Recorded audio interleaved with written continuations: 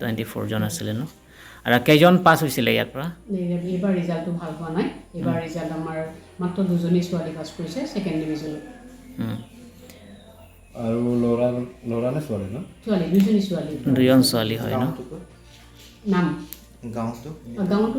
দুজনে ইংলে পঠায় কি নাম ৰুবন চিনাৰপি আৰু বাছা এনটিপি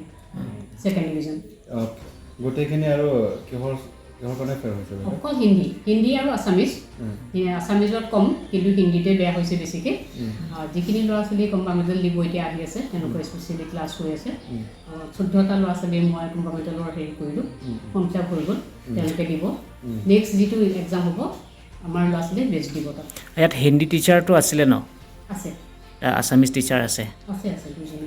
হিন্দী টিচাৰ আছে আছামিজ টিচাৰ আছে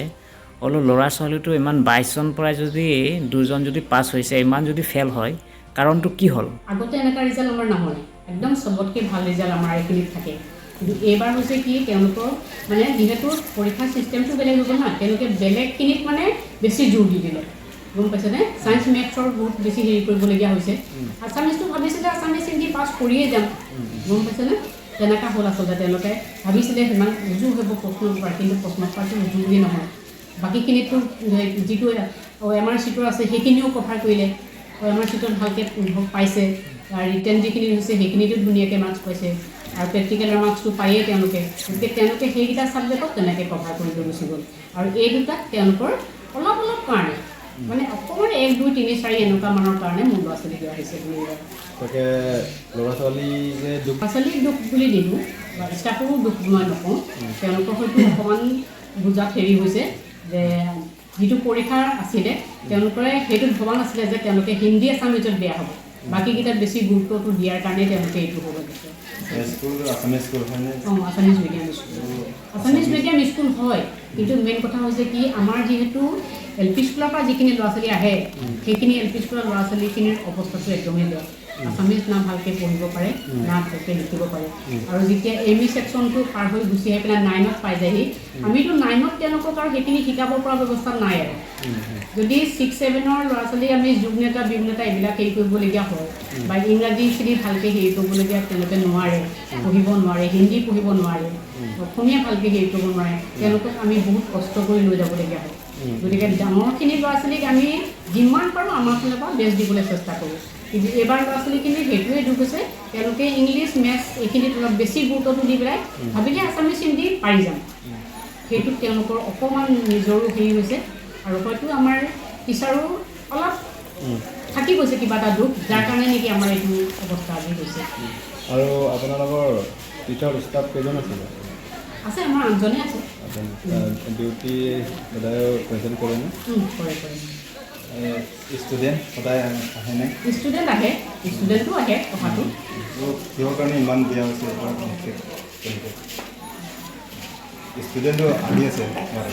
হ'লেও এইবাৰ তেনেকৈ ইমান বেয়া ওলাইছে মই সেইটোকে জনাব কৈছোঁ যে পৰীক্ষাৰ চিষ্টেমটোৰ কাৰণে আচলতে তেওঁলোকে এবাৰ নতুন হৈ গৈছে না আগৰটোতকৈ অলপ বহুত বেলেগ হৈ গ'ল তেওঁলোকে যিহেতু ইয়াত যেতিয়া আমি প্ৰি টেষ্টটো পাতিছোঁ প্ৰি টেষ্টটোত তেওঁলোকৰ এম আৰ চিত আহিছিলে তেতিয়াও তেওঁলোকক কোৱা হৈছে মানে কি আগৰ চিষ্টেমটোৰ লগত এবাৰ এইবাৰ কমপ্লিট বেলেগ কৰি দিলে এম আৰ চিটো 45 মাৰ্ক আৰু এইপিনে তেওঁলোকক ধৰা 1 মাৰ্কৰ কাৰণে পঢ়ি এনেকৈ হেৰি কৰি পেলাই সেইবিলাকত তেওঁলোকক কভাৰ কৰি লৈ গুচি গ'ল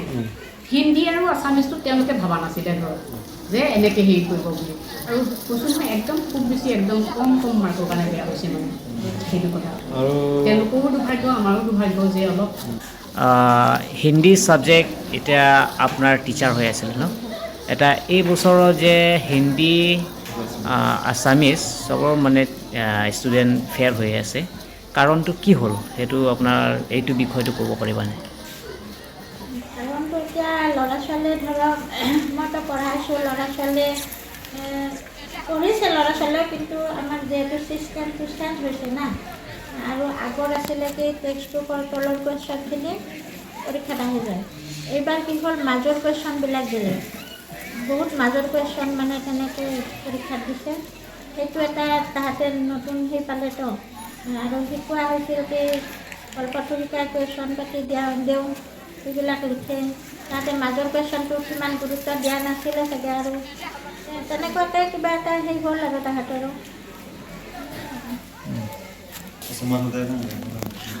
আচ্ছা ষ্টুডেণ্ট গোটেই দিন মানে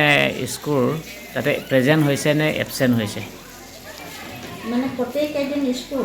স্কুল আহে নে নাহে গোটেই কেইদিনটো ষ্টুডেণ্ট স্কুল নাহে কাৰণ কাৰোবাৰ কিবা ঘৰত কাম থাকিলে কিবা থাকিলে আমাৰ ষ্টুডেণ্টবিলাক খুব মানে নিয়মীয়া নহয় আৰু আজি কেইজনমান আহিলে কালি কেইজনমান আহিব তেনেকুৱা আৰু গাৰ্জেনবিলাকো ধৰক স্কুলত পঠিয়াবলৈ মানে আজি নাহিলে বা এসপ্তাহ কিছুমান কেতিয়াবা নাহে সেইটো নাহিলেতো নহয় আৰু সেইখিনি কষ্টখিনি পিছুৱাই যায় তেনেকুৱা হ'ল এটা এই বিষয়টো যে গাৰ্জেন তেখেতৰ কাৰণে আপোনাক কি এতিয়া মনৰ অন্তৰৰ পৰা কিবা অনুৰোধ কৰিব বিচাৰিছে নেকি অনুৰোধ কৰিব বিচাৰিছোঁ তেওঁলোকে অলপ ল'ৰা ছোৱালীবিলাকৰ যে স্কুল আহিছে নে নাই সেইখিনি অলপ গুৰুত্ব দিব লাগিব বা স্কুল আহিলেতো নহ'ব মাষ্টৰ ধৰক 2 ঘণ্টা 3 ঘণ্টা সময় স্কুলত থাকে সেইখিনি সময়ত গোটেই ষ্টুডেণ্টক মানে পঢ়াই শেষ কৰি দিব নোৱাৰে যদি ইয়াত আহি তাৰপিছত ঘৰত গৈ যদি ঘূৰি ফুৰে কিতাপ নলয় তেতিয়াতো কোনো ল'ৰা ছোৱালী পাছ কৰিব নোৱাৰিব মানে নহয় সেইখিনি নিজে ঘৰত অলপ চাব লাগিব আৰু